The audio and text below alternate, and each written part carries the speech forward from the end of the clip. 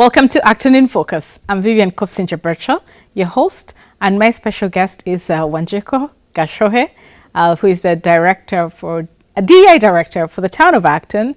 Welcome, Wanjiku. Thank you. Thank you so much for having me. Excited to be here. I think this is the first time this year that I'm hosting here. The last time was a cooking show. Yes. With the town manager. Yes. So I guess a lot has happened between last year and now we're in October. Yes. So maybe first give us some updates on what's going on with the town in your department. Oh, wow. Yes.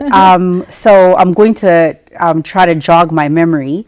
In January, we had the town's first commitment day, where it was for all town employees, where we committed to several DEI principles that we all came up with. In February, I believe it was, my office had our first DEI strategic leadership workshops. There were a series of 4 workshops, so they were done over 4 months. We had our first summer intern. Yes, his name is Amani. He's actually a junior in University of Massachusetts Amherst. The DEI office and also the town manager's office, we now have our first graduate fellow. He is a student, an MPA student. He's originally from Sierra Leone.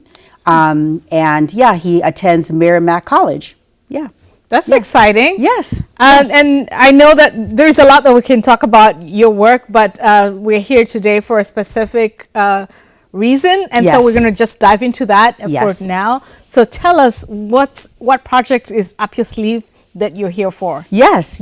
I'm very excited to share that the DEI office, along with an organization called Community Teamwork, they're located in Lowell, or the greater Lowell area, and they actually have a screening license to be able to show this documentary. So they've been showing it at a variety of different places, different towns. I believe they showed it in Westford in January. So yeah, somebody from there reached out to me and I was like, yes, let's do this. So I'm excited. We have a variety of different co-sponsors working with us. So we have the AB schools, we have several religious organizations that are working with us. Going back to this documentary, yes, what is it about, and why is it important for your office to mobilize the community to go watch it? Yes, so the title of the documentary is Who We Are, A Chronicle of Racism in America.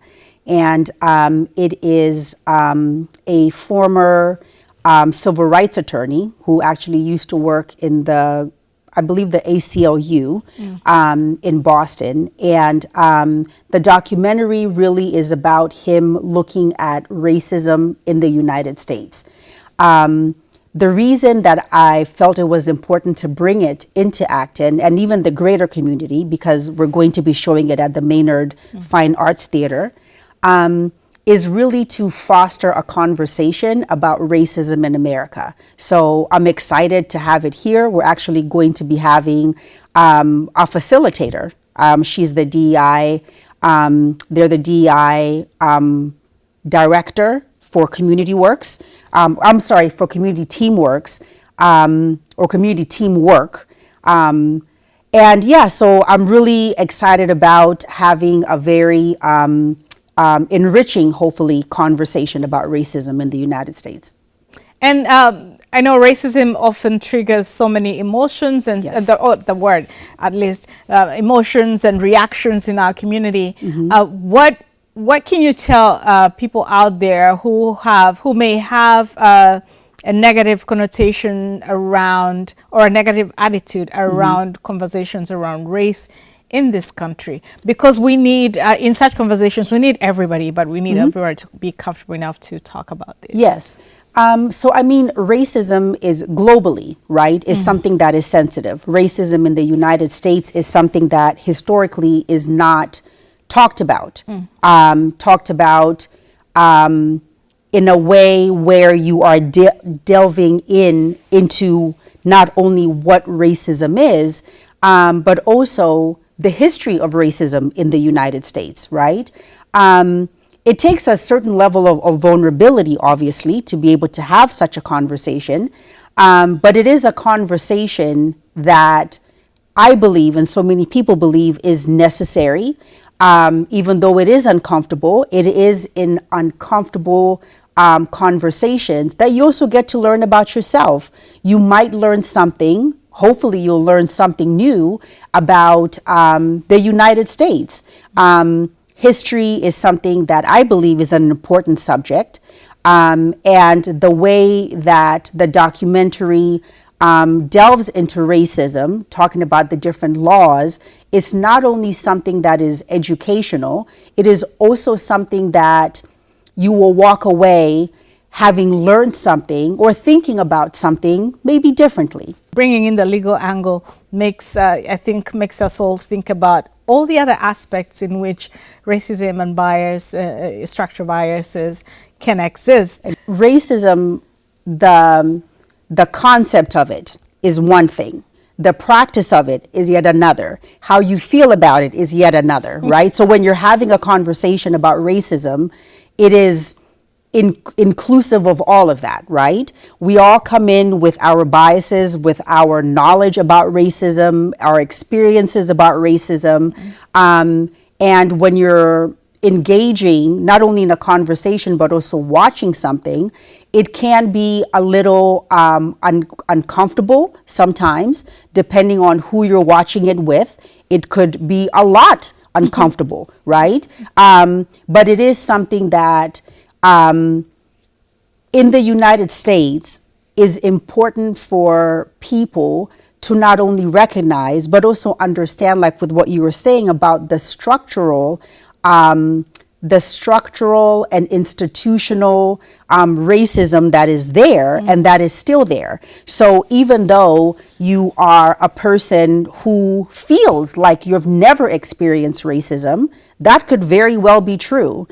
That does not negate that there's structural racism that is going on and that there's institutional racism that's going on.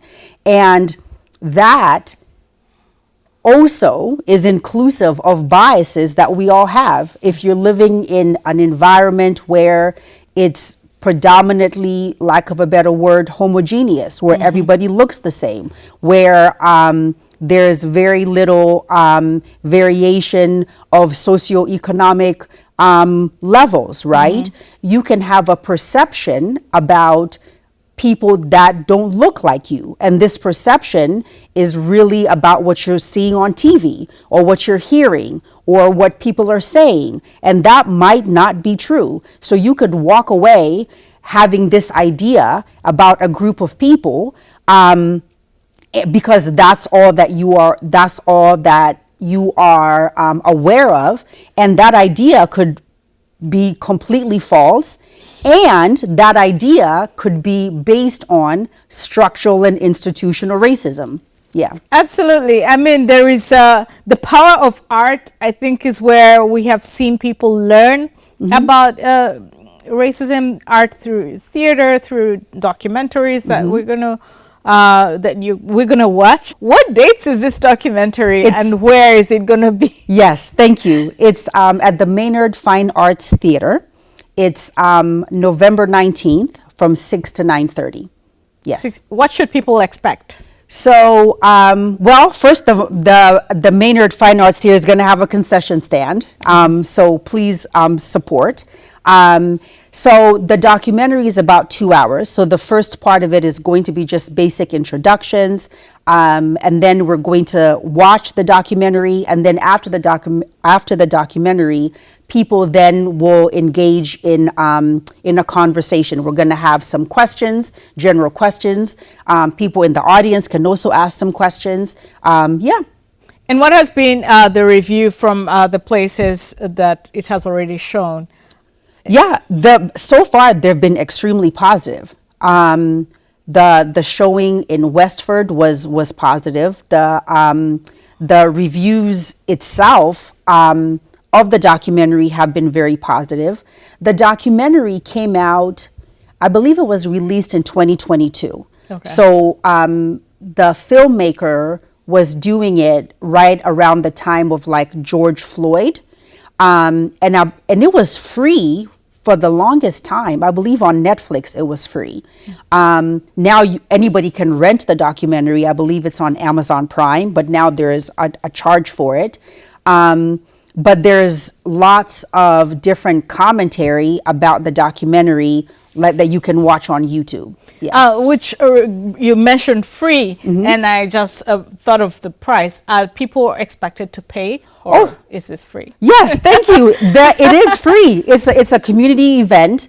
So yes, it's absolutely free to come and watch. Yeah. So again, thank you for letting us know about the movie screening. Yeah. We'll give the details to our residents, both on our social media platforms and in person, word of mouth. Yes. And thanks for the work that you're doing at the town. Thank you, Wanjiku. Yes, thank you so much. Thank you for having me. And to our viewers, if you have any questions, just contact Wanjiku at the town of Acton's 472 Main Street, or you can email her at this address. For now, thank you for watching. Till next time.